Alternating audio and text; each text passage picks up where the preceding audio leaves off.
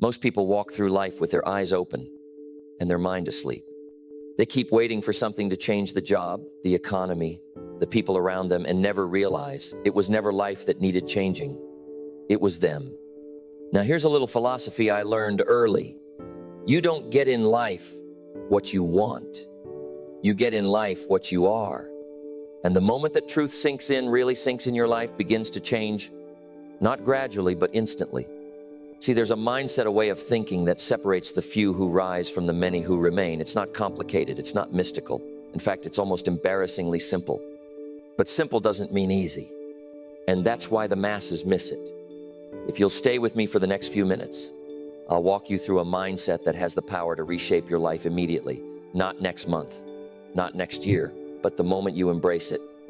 Because you are the switch. And today, we flip it. Take full responsibility. Let me tell you something that'll hit hard. But it's meant to wake you up, not put you down. You are exactly where you are because of who you are. Not because of the economy, not because of your boss, not because your parents didn't give you enough, not because your friends didn't support you, but because of the choices you've made, the standards you've accepted, and the habits you've repeated. And the very moment you accept that, your life begins to change. See, I had to learn this the hard way. Years ago, I was broke. Not just financially, but mentally. I was blaming everything but the man in the mirror. Then I heard a question that shook me. Whose fault is it that you're broke? And you know what my answer was? Mine. That's the day my life started changing. Because if it's your fault, you can fix it. But if it's the world's fault, you're stuck waiting for the world to fix you, and it never will. Epictetus, the old Stoic, once said, "It is not what happens to you, but how you react to it that matters." Life isn't about fairness. It's about response. You don't get to control every storm, but you do get to control how you sail through it. And once you take full ownership, the storm loses its power. Let me give you a practical shift. If your income isn't what you want, don't complain about your paycheck. Ask, how can I increase my value in the marketplace? If your relationships are falling apart, stop blaming their flaws and ask, how can I become someone worth being with? That's where your power is. That's where change begins. Because the day you take full responsibility, not partial, not shared, but full, is the day you take full control of your future. Shift from consumer to investor thinking. Most people don't even realize they're thinking like consumers. They wake up asking, what can I get today? What can I enjoy right now? And that mindset, while common, is dangerous because it keeps you trapped in survival mode. You spend what you have, you chase the next thrill, you look for shortcuts, and before long, you're wondering why nothing is growing in your life. That's because consumers eat the seed. Investors plant it. Now, this doesn't just apply to money, though. Money is a big part of it. It applies to time, energy, attention. I remember back when I first started turning things around, I didn't have much, but I learned this lesson early. If I only spend what I have, I stay where I am. So instead of spending my time watching television, I started investing it in books. Instead of buying things to impress people I didn't even like, I started saving money to buy tools that built skills. That little shift from spending to planting changed my trajectory. You see, consumer thinking always wants the harvest without the planting. But investment thinking understands the law of the farm. You sow, then you reap, never the other way around. Even Ecclesiastes said, "Cast your bread upon the waters, for you will find it after many days." That's the ancient version of ROI, return on investment. You put in today, and the return comes later. Maybe not tomorrow, but it always comes. And here's the magic. When you invest instead of consume, your life compounds. You grow, your value grows, your opportunities grow, and that growth attracts even more to invest. One small discipline today leads to tenfold returns tomorrow. So the question is simple. Are you spending your life or planting it? Because only one of those mindsets builds a future worth living. Embrace discomfort. It's the tuition of success. Most people spend their lives running from discomfort, not realizing that they're also running from growth. See, there's a price to pay for every dream, and the currency is discomfort. You don't get strength without resistance. You don't get clarity without confusion. And you don't build anything worthwhile without leaning into the very things that make your stomach turn and your hands sweat. That's the price, and most never pay it. I remember the first time I spoke in front of a crowd. My knees were shaking, my mouth was dry, and I wanted to run. Everything inside me screamed, "Avoid this." But I didn't. I stepped into it. Not because I was fearless, but because I had made a decision. I'd rather sweat in discipline than bleed in regret. That moment didn't just build confidence. It built a new version of me. Plato once wrote, "Courage is knowing what not to fear." And discomfort is not something to fear, it's something to follow. When you feel resistance, you're likely standing at the edge of a breakthrough. You don't grow by repeating what's easy. You grow by doing what stretches you. Think about the gym. You don't build muscle by lifting what's light, you build it by lifting what's heavy. Same with life. Want better income? It lives beyond the discomfort of rejection and skill development. Want deeper relationships? They're on the other side of honest conversations and vulnerability. Want peace? It comes after facing the storm, not avoiding it. So train your mind to recognize discomfort as a compass. If something feels hard, awkward, or unfamiliar good, that means you're not on autopilot. That means you're alive, awake, growing. Remember, the discomfort of discipline is temporary and empowering. The discomfort of regret is permanent and paralyzing. If you want a better life, don't pray for ease, prepare for difficulty, then meet it with grit, not excuses. Because on the other side of that discomfort is the version of you that's been waiting to rise. Think in decades, not days. One of the biggest traps people fall into is short-term thinking. They want everything now. The results, the money, the lifestyle. But let me ask you, how do you build something meaningful with a microwave mindset? You don't build a temple with a stopwatch. You build it with patience, with process, with persistence. And that takes a mindset. Most people never develop the mindset of thinking in decades, not days. When I was younger, I was guilty of this too. I wanted the rewards without the routine. I'd plant a seed in the morning and dig it up by the afternoon, wondering why it hadn't grown. Then one day I heard a man say, "You're not late, you're just impatient." That hit me. It taught me that success isn't about speed, it's about direction. Every small, consistent action was either taking me closer to the life I wanted or further from it. The ancient Chinese philosopher Confucius said, "The man who moves a mountain begins by carrying away small stones." That's the long game. It's not flashy, it's not dramatic, but it works. Want to be wealthy? Think about where your money habits are taking you 10 years from now. Want to be healthy? Consider what those daily meals and skipped workouts will cost you in a decade. Want deep relationships? Think beyond today's argument or distraction. Think about who you'll become if you keep showing up with presence and commitment. This mindset, decade thinking, gives you power most people never taste. Because once you see life in 10-year windows, today's frustration becomes tomorrow's foundation. Today's discipline becomes tomorrow's strength. You start making different choices, smarter, deeper, more intentional. And over time, those small choices stack into a life most people only dream about. So here's the truth. You can either spend your life reacting to the next urgent thing, or you can build a life that compounds with purpose. One leads to exhaustion, the other to excellence. Become obsessed with creating value. There's a simple truth most people miss, and it's this. You don't rise by wanting more, you rise by becoming more. The world doesn't reward need, it rewards value. The marketplace is a mirror, not a charity. It reflects what you bring to it. And if you bring more, you earn more in every way. More respect, more opportunity, more income, more fulfillment. So stop asking, how can I get ahead? And start asking, how can I become useful? I remember early in my journey, I kept trying to figure out how to earn more money. I'd look around and think, why is he getting ahead and I'm stuck? Then it clicked. I wasn't solving any meaningful problems. I was just showing up, doing the minimum, waiting to be rewarded. But life doesn't work that way. So I flipped the question. Instead of asking what I could get, I asked, what problems can I solve? That shift changed everything. The great Roman emperor Marcus Aurelius once said, waste no more time arguing about what a good man should be one. And I would say, don't waste time wondering what success looks like, be useful.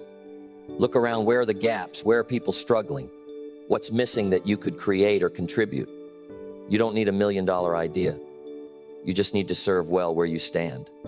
Whether you sweep floors or run companies, the question is the same. Are you creating value? Because value is magnetic. The more you give, the more the world opens to you. And no, it doesn't happen overnight, but over time, people notice. Opportunities come, doors open. So don't wait to be discovered. Develop yourself until you can't be ignored. Find a way to be a problem solver, a burden lifter, a value creator. Because when you become obsessed with bringing value, life becomes obsessed with rewarding you. Learn like your future depends on it, because it does. One of the biggest mistakes people make is thinking that learning ends when school does. They treat graduation like the finish line, when in truth it's just the starting gate. The real education begins the day you decide your future is worth studying for. Because if the world keeps changing, and it does, then staying the same isn't security, it's decline in disguise. I remember when I started reading seriously.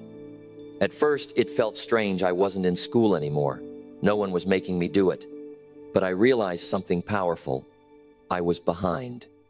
Not behind in the race against others, but behind in the race against my own potential.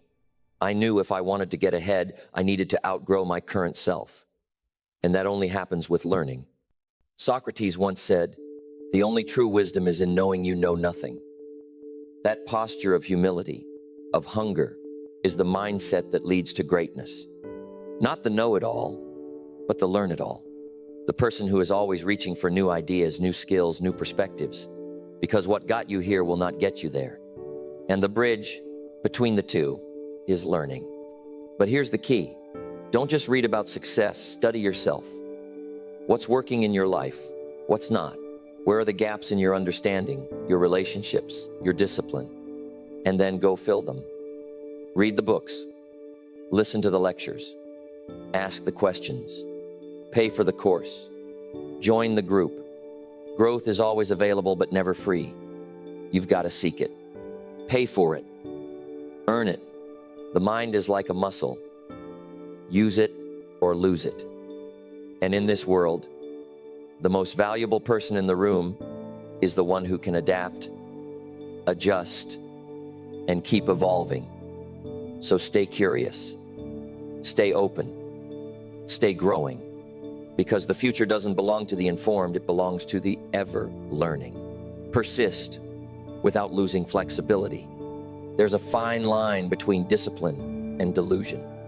Most people fall on one side or the other. They either give up the moment it gets hard, or they cling to broken strategies like a drowning man holding onto a sinking ship. But here's the mindset that changes everything. Be relentless in your destination, but flexible in your direction. That's how you win, not just eventually, but repeatedly. I've known people who had the right dream, but the wrong map. And instead of changing the map, they gave up the dream. Don't do that. You don't abandon the mountain just because the trail gets muddy, you find a new path. The goal doesn't need to change. The method might. Success isn't about being rigid. It's about being wise. And wisdom says, if the strategy's not working, shift it but never quit the mission. The philosopher Heraclitus said, no man ever steps in the same river twice, for it's not the same river and he's not the same man. That's life. It flows. It changes. And so must you. Your willingness to adapt is not weakness, it's your competitive advantage. The business world changes. The economy shifts. Relationships evolve. If you're stuck on a single way of doing things, you'll miss the opportunity sitting right next to you in a different form. I remember a time when a business I launched started sinking. I had poured everything into it: time, effort, pride. But the market changed, and I had a choice: hold on to a dead idea or pivot toward a living one. I chose to pivot, and that shift opened more doors than I could have imagined. Not because I gave up, but because I adjusted the sails. So, set your vision in stone, but write your plans in sand. When the storm comes, don't abandon the ship, just learn how to steer in new wind. Because those who persist, adapt, and learn, they're the ones who cross the finish line while others are still arguing with the road. Stop waiting for motivation. Start practicing discipline. If you're waiting for motivation to show up before you take action, you'll be waiting your whole life. Motivation is like the weather. Sometimes it's sunny, sometimes it's storming. But discipline is the roof you build so you can keep working no matter what the sky looks like. It's what turns a wish into a result, a dream into a schedule. And until you make that shift from emotion to execution, your life will stay in limbo. There were mornings I didn't feel like getting up early, days I didn't feel like making the calls, writing the words, doing the reps, but I did them anyway. Not because I was inspired, but because I was committed. And that's the moment you grow up in your own life, when you stop negotiating with your feelings and start honoring your values. Aristotle once said, "We are what we repeatedly do." Excellence, then, is not an act, but a habit. Discipline doesn't scream. It whispers, quietly, daily, relentlessly. It says, do it anyway. And the more you listen to that voice, the stronger it gets, the stronger you get. You want real confidence? Earn it through consistency. You want peace of mind? Build it through repeated effort. Motivation is cheap. Discipline is rare. But that's why it works. It separates the talkers from the doers, the dreamers from the builders. The world doesn't need more people waiting to feel ready. It needs people who show up ready or not. So set the alarm, keep the promise, do the work, not because you feel like it, but because you said you would. That's how you build a life that doesn't rise and fall with your mood. That's how you become someone the future can count on. Action precedes transformation.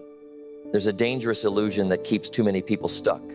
The illusion that thinking about change is the same as changing. That reading the book, watching the video, or talking about goals is progress. But real transformation doesn't happen in your head, it happens in your hands. You don't become valuable by discussing value. You become valuable by creating it, by getting your hands dirty, by doing the thing, even when you don't feel ready. I remember a young man who came up to me after a seminar and said, "I've been studying success for years. Why hasn't anything changed?" I asked, "What have you done with what you've studied?" He went silent. That's the gap, and it's the one most people live in their entire lives. Between knowing and doing, between planning and moving. The old proverb says, "A journey of 1,000 miles begins with a single step." Not a thought, not a theory, a step. The bridge from where you are to where you want to be is built one imperfect action at a time. And yes, it will be messy. Yes, you will fail. But that's the price of progress. Your first workout won't change your body, but it will change your identity. Your first sales call might not land a client, but it will build courage. Your first awkward conversation may not fix a relationship, but it will plant the seed of honesty. The act matters more than the outcome, especially in the beginning. So stop waiting for the perfect strategy, the flawless moment, the total clarity. Just start, move, act, because action builds momentum, and momentum reshapes identity. Every step forward reinforces the belief that you're someone who moves, and that belief, practiced daily, is what transforms your life from a theory into a testimony. Your future begins the moment you decide. There's a quiet lie that ruins more dreams than failure ever could, the lie that someday will be better than today. Someday when the timing is right. Someday when the fear is gone. Someday when the money's there or the motivation strikes. But let me tell you what life taught me. Someday is a ghost. It doesn't exist. Only now is real. Only now can you begin. And your future doesn't start when you feel ready. It starts the moment you decide to stop waiting. There was a time when I thought I needed more time to prepare, more certainty, more support, more signs. I'd say, when things settle down, I'll start. But things never settle down. Life isn't designed for convenience. Growth doesn't knock politely. It barges in when it's least expected and asks, are you serious or not? And that's when you have to choose. Comfort or calling. The Stoic philosopher Epictetus said, how long are you going to wait before you demand the best of yourself? That question still echoes in my mind. Because waiting feels safe, but it's really just slow decay. You're not standing still. You're falling behind. Every day you delay is a day you could have been building. So make the decision, not tomorrow, not next week, now. Decide what kind of life you're done tolerating. Decide what kind of person you refuse to keep being. Then move. Don't wait for transformation to come find you. Go meet it halfway. Build a routine. Create a plan. Take the first step. Not because it's easy, but because it's time. The day you decide is the day your life begins to change. Not because everything magically gets better, but because you get better. And when you change, everything around you begins to shift with you. Now let me leave you with this. Your life does not change by accident. It changes by decision. Not the decision to hope, but the decision to act. You don't need more time, more talent, or more luck. You need more resolve. And that can happen right now. The mindset we've walked through together today isn't just theory, it's a tool. A tool that works immediately when you start using it. It doesn't take perfection. It takes commitment. It doesn't require genius. It requires discipline. So don't just hear this. Do something with it. Pick one area of your life today, just one, and take full responsibility. Plant the seed, embrace the discomfort, stay in the game, and let time do its work. Don't wait for the calendar to flip. Flip your thinking. Flip your habits. Flip your results. Because nothing changes until you change. And when you change, everything changes. Your future is already waiting. It just needs you to show up for it. So go on. Take the step. Make the shift. Begin the climb. Because the life you want is already possible, but only if you start living like it is.